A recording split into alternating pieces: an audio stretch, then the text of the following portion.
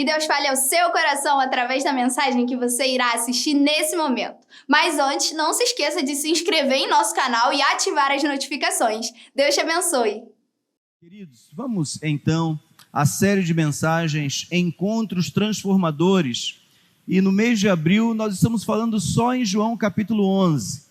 E a minha expectativa é que os ensinos da palavra de Deus façam diferença para você agora, com a sua edificação, mas sobretudo quando você deixar o templo e ir para a sua casa, que a palavra faça diferença e você possa agir de acordo com os princípios de Deus para a sua vida. Então, receba a palavra mais uma vez, com alegria, receba a palavra de Deus com toda a atenção e esteja pronto para colocar em prática. Hoje vamos ler João capítulo 11, a partir do verso 6 até o 16. Assim está escrito: No entanto, quando ouviu falar que Lázaro estava doente, ficou mais 2 dias onde estava. Depois disse aos seus discípulos: Vamos voltar para a Judeia. Eles disseram: Mestre, há pouco os judeus tentaram apedrejar-te, e assim mesmo vais voltar para lá? Jesus respondeu: O dia não tem 12 horas? Quem anda de dia não tropeça, pois vê a luz deste mundo. Quando anda de noite, tropeça, pois nele não há luz. Depois de dizer isso, prosseguiu dizendo-lhes: Nosso amigo Lázaro adormeceu, mas vou até lá para acordá-lo. Seus discípulos responderam: Senhor, se ele dorme, vai melhorar.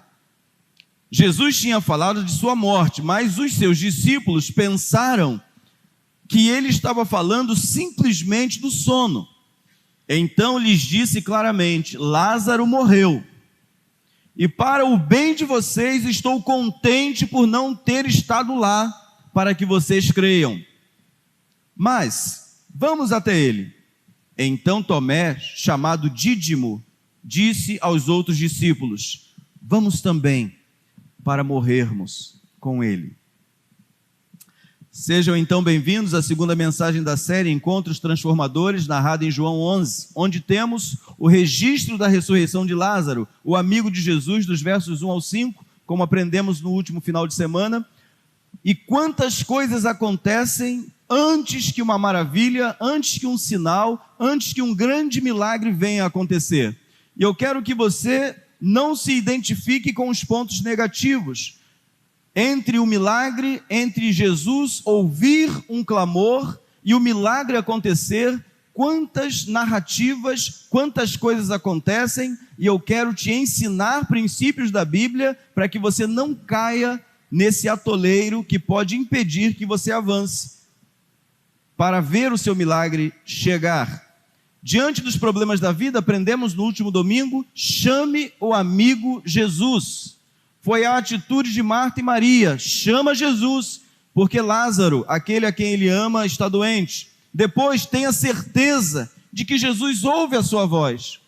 Por mais difícil que seja para você entender que no silêncio Deus está ouvindo o seu clamor, saiba, Ele está ouvindo. Jesus, Ele ouve quando a gente clama, mas também Ele não apenas ouve. Nós temos um Deus que ouve, mas um Deus que fala. É o único Deus vivo, não há outro, que ouça e que fale diretamente com aquele que clama. Jesus, então, Ele fala, mas também aprendemos que devemos acreditar que, apesar dos nossos problemas, Jesus nos ama. Apesar da sua dor, Jesus te ama. Talvez você pense assim: por que eu, Senhor, com esta dor, com esta problemática, com esta situação adversa? Mas eu quero te garantir, ainda assim, Ele te ama.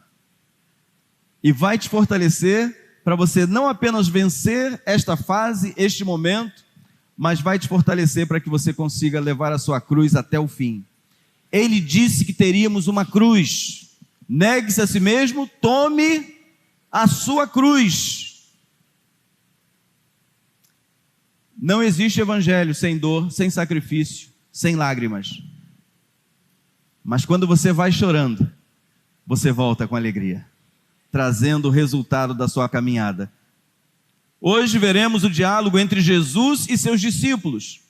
O primeiro diálogo foi entre Jesus e aquele primeiro momento em que ele ouve aquelas pessoas que vieram dar aquela notícia. Mas hoje nós vamos ver que o diálogo fica limitado a Jesus e seus discípulos. Hoje então veremos o diálogo entre Jesus e seus discípulos e entender princípios aplicados por Jesus que nos ajudarão diante dos grandes e verdadeiros problemas que enfrentamos hoje.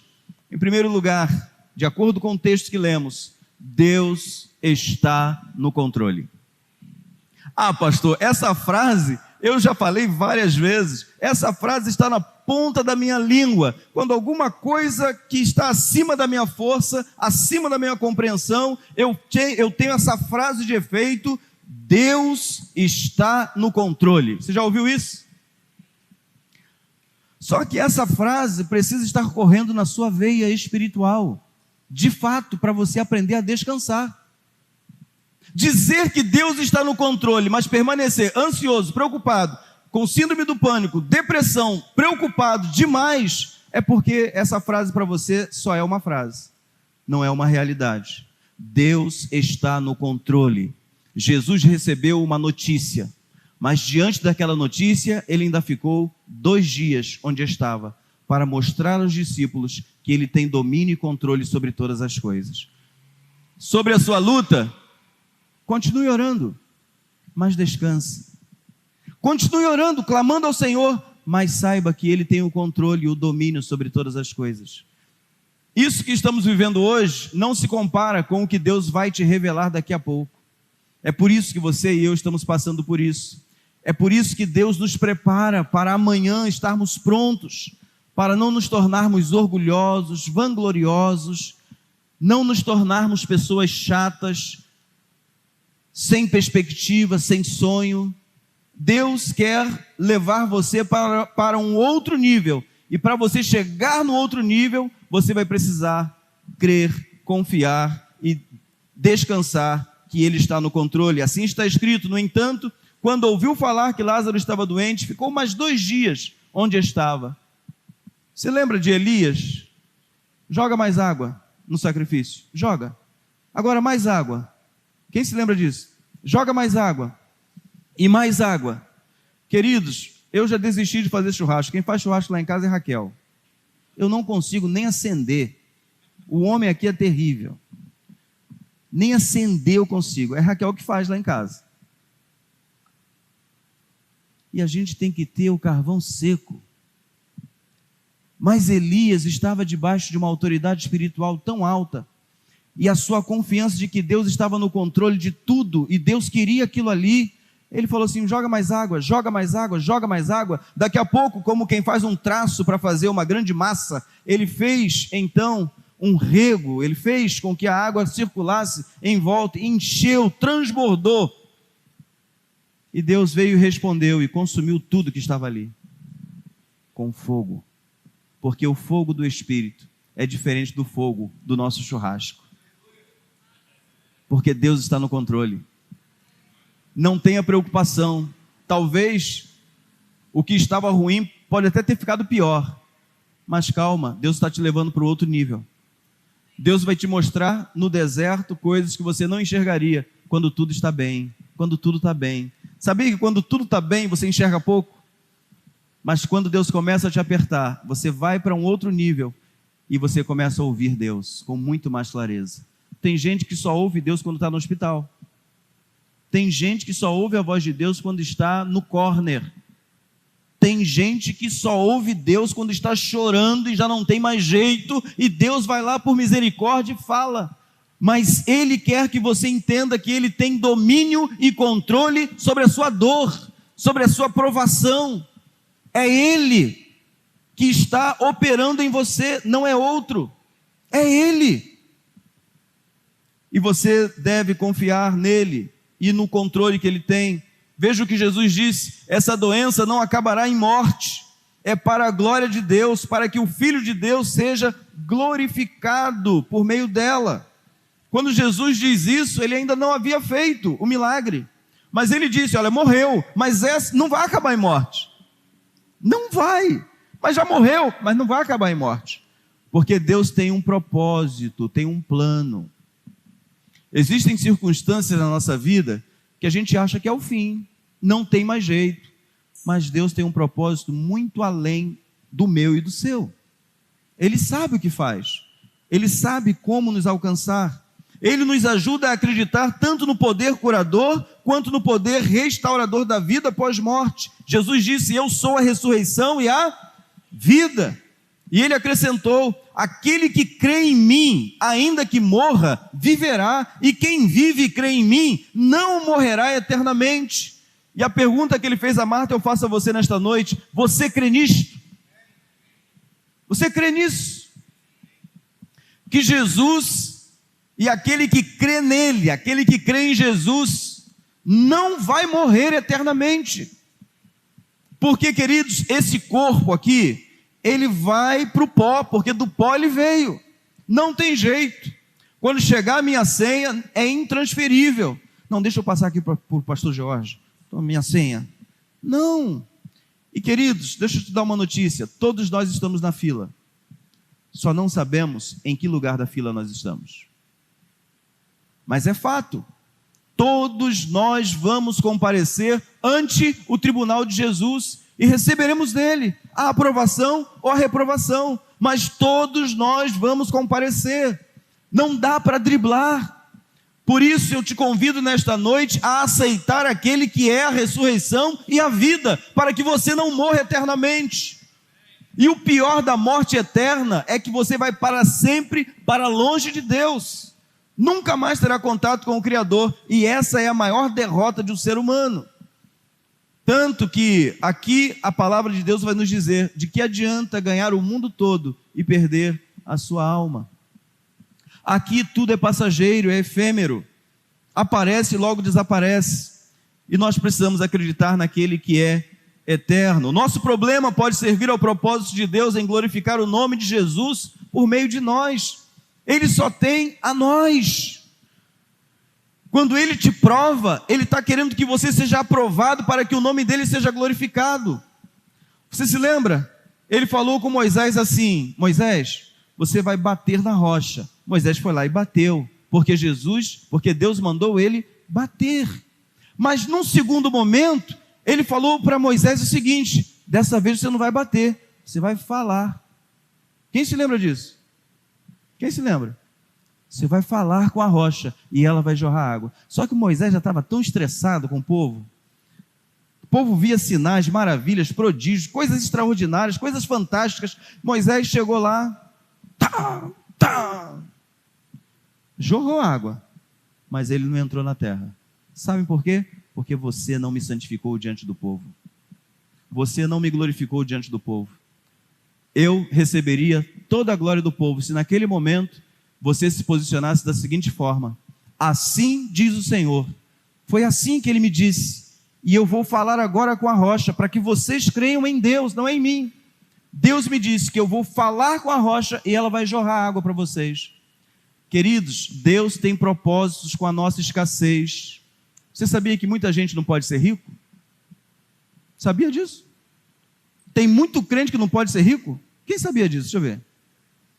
Deus sabe que se ele te der mais dinheiro, você se afasta da presença dele.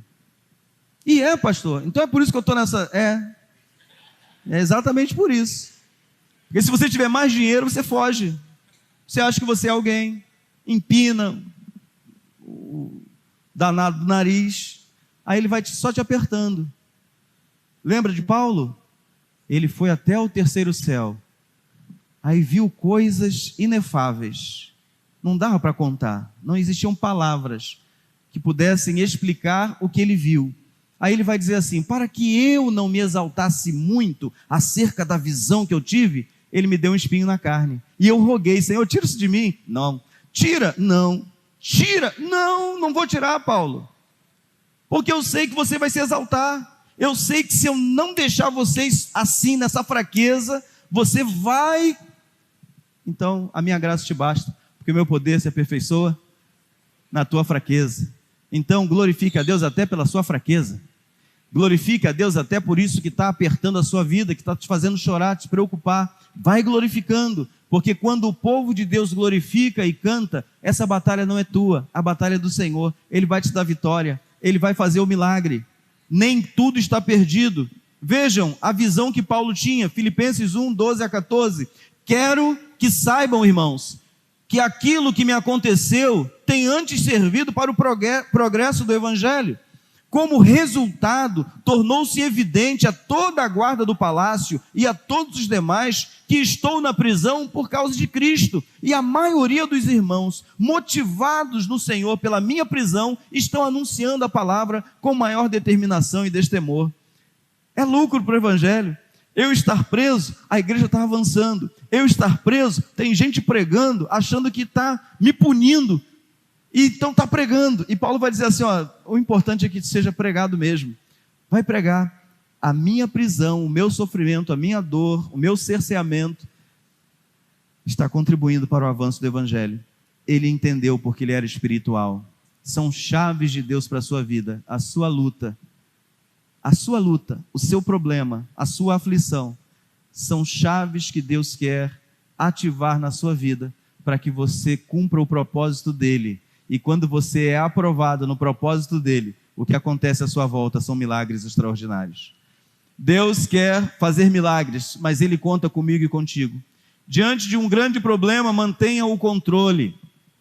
E com os olhos espirituais, atraia a glória para Deus e você verá o impossível acontecer. Quero repetir isso. Mantenha o controle.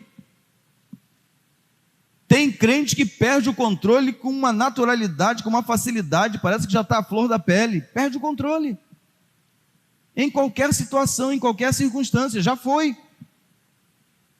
E queridos, depois que a gente chuta, literalmente, o pau da barraca, cai tudo. Não tem como depois, não, já foi.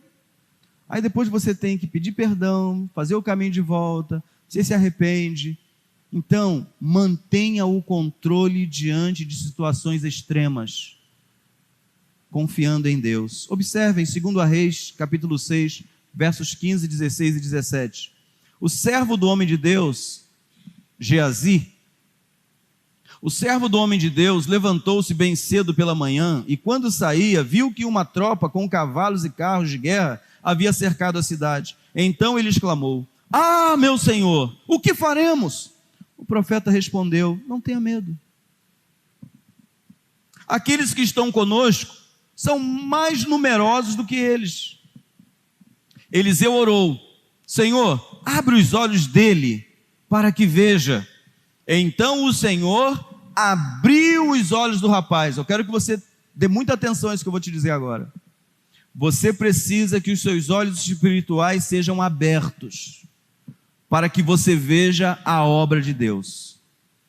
Às vezes, a gente mergulha tão profundamente no problema que a gente não consegue enxergar a saída e até desconfia de que Deus pode mudar aquilo. Vejam, ele orou e Deus fez com que os olhos daquele moço abrissem. Vejam. Então o Senhor abriu os olhos do rapaz, que olhou, vamos juntos agora, e viu as colinas cheias de cavalos e carros de fogo ao redor de Eliseu. Sabe por que o diabo não lhe toca? Porque o anjo do Senhor acampa-se ao redor daqueles que temem a Deus, e Deus livra. É por isso que o diabo não toca em você. Pode se levantar 30, 40, 70, 80. Quantos contra Sansão se levantaram? 1000. Mas com a queixada de um jumento ele destruiu todos. Quantos acreditam nisso? Porque maior é o que está conosco do que o que está no mundo. O Espírito de Deus que está em você te ordena hoje: deixe o controle de fato na mão de Deus e confie nisso plenamente, suporte a aflição, porque a vitória vai chegar. Vai chegar quando você menos esperar. Por maior que se apresenta um problema, ou por maior que se apresente um problema, o Senhor terá sempre total domínio e controle sobre a situação, bastando ao que crê apenas submeter-se ao tempo de Deus para tirá-lo daquela situação adversa. Olha que salmo lindo, Salmo 40, verso 1. Vamos juntos? Esperei com paciência no Senhor, e Ele se inclinou para mim e ouviu o meu clamor. Coisa linda, queridos. Mas tem que esperar com paciência, confiando nele em todo o tempo. Desespero é para quem não tem esperança. Você tem esperança.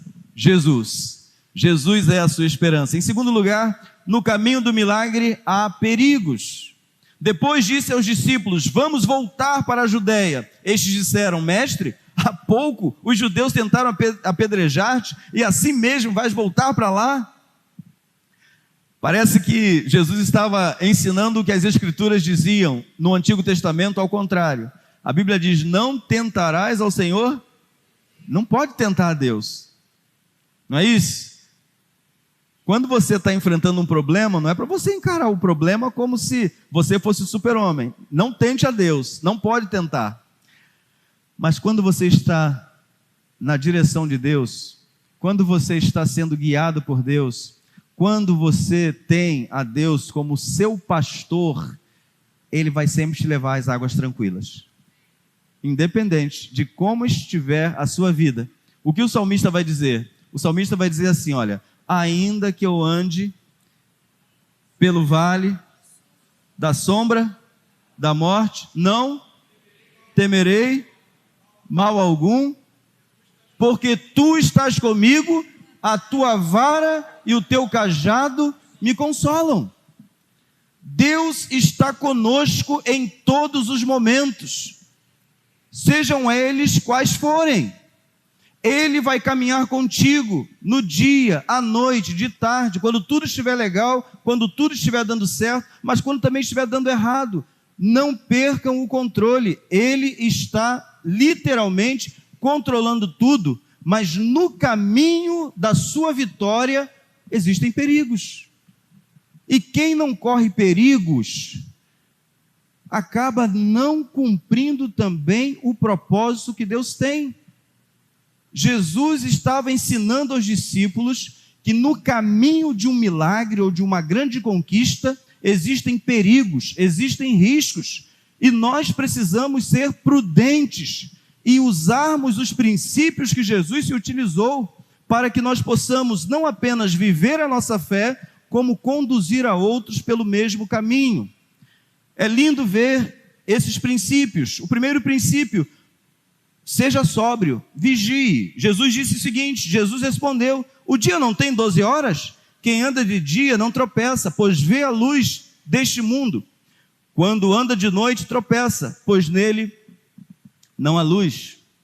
Tem perigo? Tem, mas ande de dia, vigie, seja sóbrio.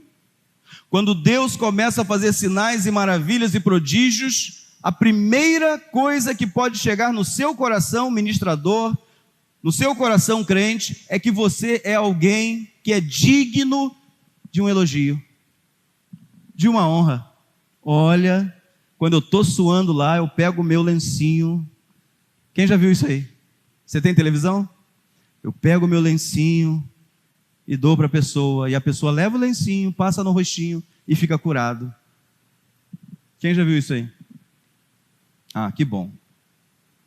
Que bom. Venha, porque tem uma pessoa, queridos, tem uma pessoa, o nome dela é Jesus. Não se deixe enganar. O poder dele pode se manifestar por meio de uma criança, como pode se manifestar por meio do pastor. Mas todos nós aqui temos a unção do Espírito Santo para ministrar cura, para ministrar libertação, para ministrar encorajamento, porque Deus quer usar a todos. Andem de dia, vigiem. O que a gente vai fazer não é para a glória de ninguém, é para a glória de Deus e para que o Filho dele seja glorificado. Não pensem que vocês são o que vocês não são. Andem de dia. Daqui a pouco eu vou te explicar por que ser sóbrio e vigiar faz toda a diferença no processo de milagres. Você está cercado por uma grande nuvem de testemunhas, porém, se você estiver atento a toda e qualquer situação em sua vida, aquele que está na espreita para roubá-lo, matá-lo e destruí-lo, ficará frustrado e confundido, pois Deus o livrará do laço do passarinheiro e da peste perniciosa. Andar de dia é expor-se com a sabedoria do céu e não flertar com a corrupção deste mundo. Quem anda de dia vê a luz desse mundo, só que o mundo não tem luz nenhuma.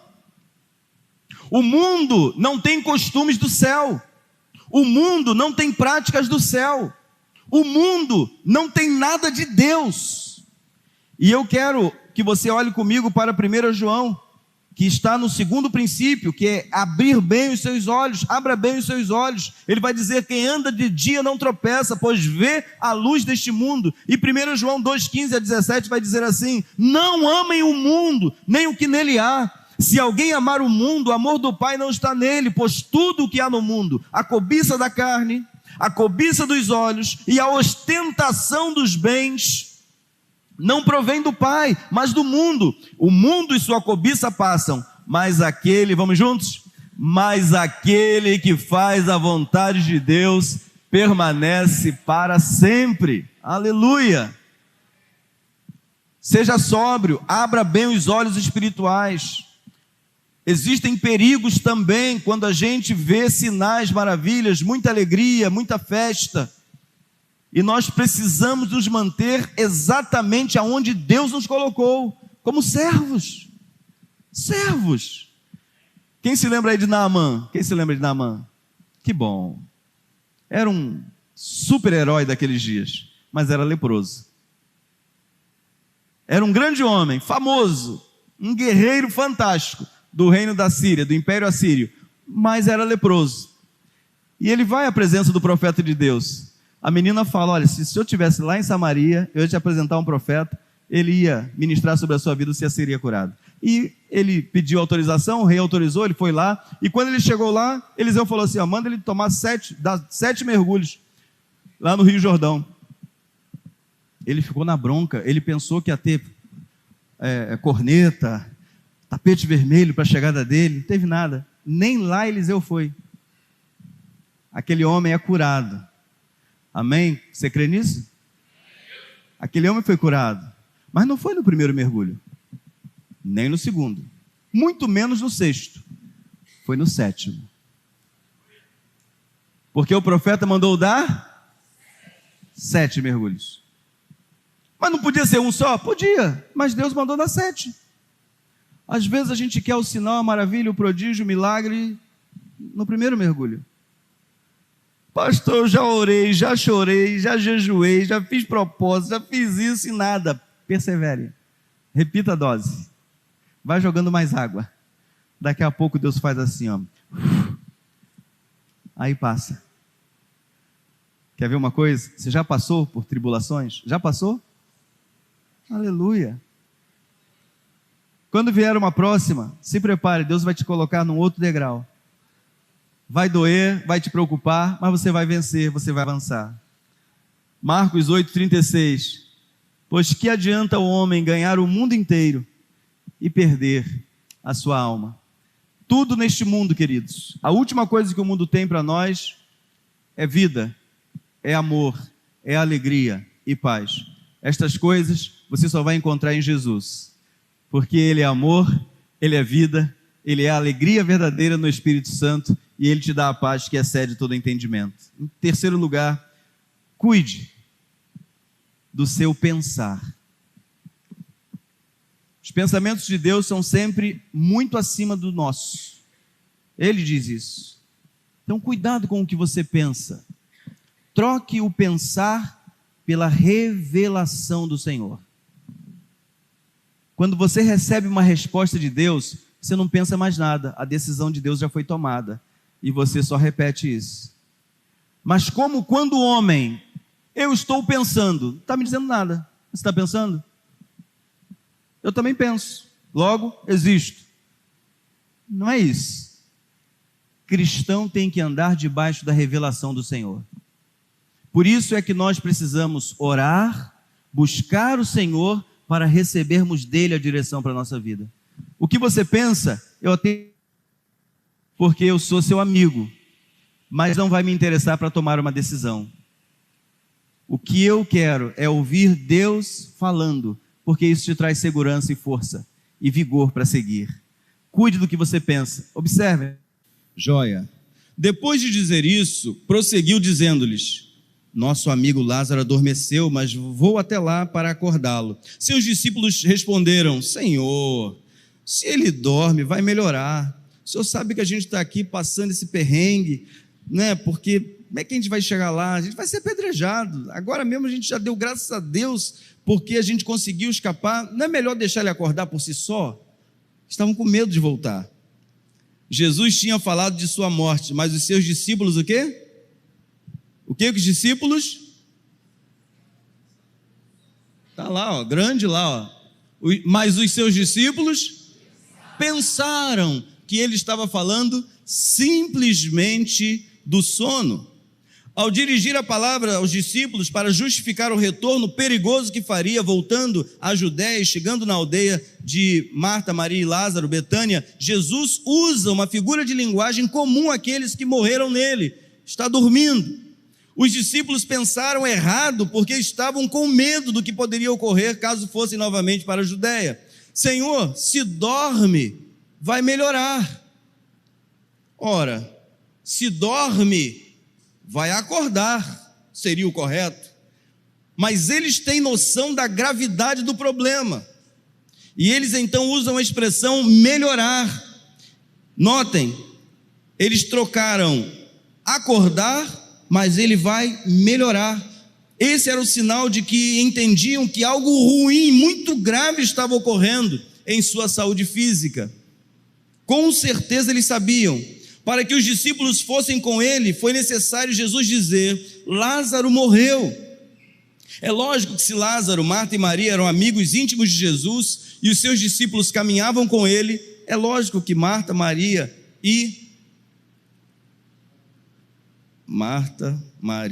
e Lázaro eram amigos dos discípulos também. Os discípulos também pernoitavam na casa deles, os discípulos comiam com eles, os discípulos estavam sempre juntos com eles. Mas eles estavam com medo de perder a vida quando fossem fazer o bem a alguém. Quando Deus te mandar fazer o bem por alguém, não tenha medo de absolutamente nada, porque Ele vai com você. Ele vai estar com você, não precisa ter medo. Quando Ele falar ao seu coração, quando ele te fizer lembrar de alguém, seja prudente e vá rapidamente, porque Deus quer falar àquela pessoa por meio da sua vida. Você já se lembrou de alguém? Já se lembrou assim? Durante o dia, de repente, veio alguém na sua mente? É Deus falando com você. Vá conversar com aquela pessoa, busque aquela pessoa, e aquela pessoa vai ser, sem dúvida nenhuma, tocada por Deus. E por último, queridos, não perca a esperança. Lázaro morreu, e para o bem de vocês estou contente por não ter estado lá, para que vocês creiam, mas vamos até ele.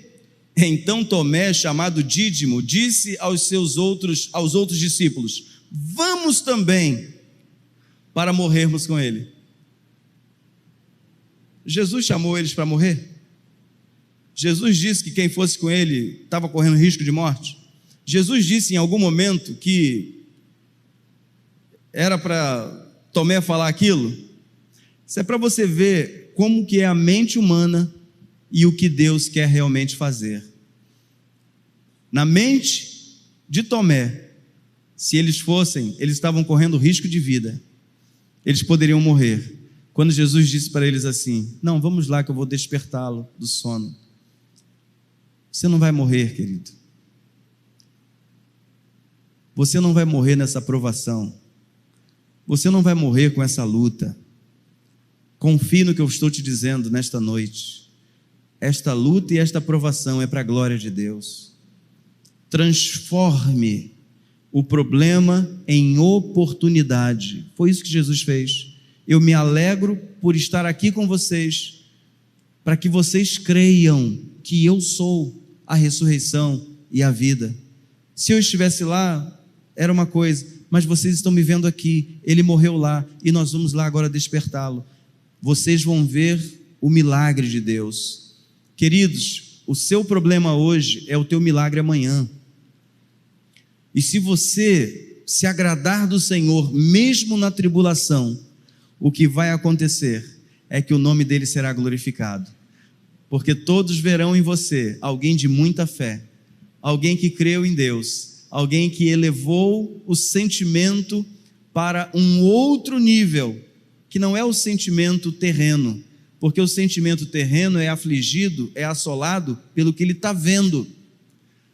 Mas quando Deus vem e abre as cortinas, e ele mostra toda a peça elaborada, então você vai entender que há um propósito para o seu sofrimento, para o meu sofrimento, e aqueles discípulos estavam prontos a ver algo que eles jamais poderiam imaginar. Talvez eu e você possamos desenvolver o mesmo pensamento de Tomé, sem nenhum discernimento ou expectativa do novo de Deus. Vamos também para morrermos com ele, quando o poder transformador de Jesus estava indo para devolver a vida ao seu amigo Lázaro. Lamentações 3, 21 a 24.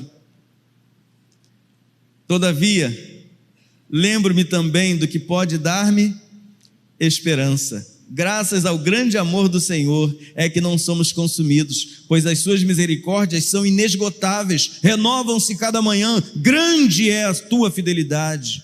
Digo a mim mesmo, a minha porção é o Senhor, portanto, nele porei a minha esperança. Saia daqui hoje colocando a sua esperança, a sua expectativa em Deus. Às vezes a dor é tão grande, o sofrimento tão intenso, as cargas emocionais estão a bancarrotas, que fica difícil acreditar que algo fora da normalidade poderá acontecer. Mas quando cremos em Jesus, é melhor não fecharmos nenhuma porta e abrir todas que nos possam trazer esperança. A esperança é inerente a todo aquele que tem fé em Jesus. E eu quero concluir nesta noite te fazendo relembrar que diante dos problemas da vida, Deus está no controle. Controle-se. Não vai adiantar você bater. Lembro-me da figura do homem que sabia nadar e viu alguém se afogando. E as pessoas desesperadas em volta dele dizendo: pula, pula. E ele dizia: não, ainda não. E a pessoa estava se batendo, subia, descia, até que finalmente perdeu todas as forças. Aí ele falou assim: agora eu vou.